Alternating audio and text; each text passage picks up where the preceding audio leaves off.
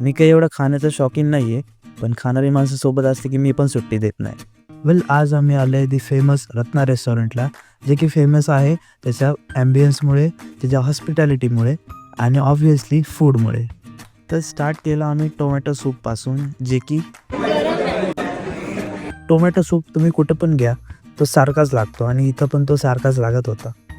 असली मजा तो आगे आहे, कारण मॅडमनी मागवलं होतं पालक पनीर आणि इट्स डॅम डिलिशियस. काही सुंदर चव होती त्याची.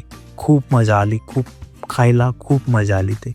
कधी-कधी त्या पालकचा कडवटपणा जाणून येतो, पण इथं तो कडवटपणा जाणवतच नाही आहे.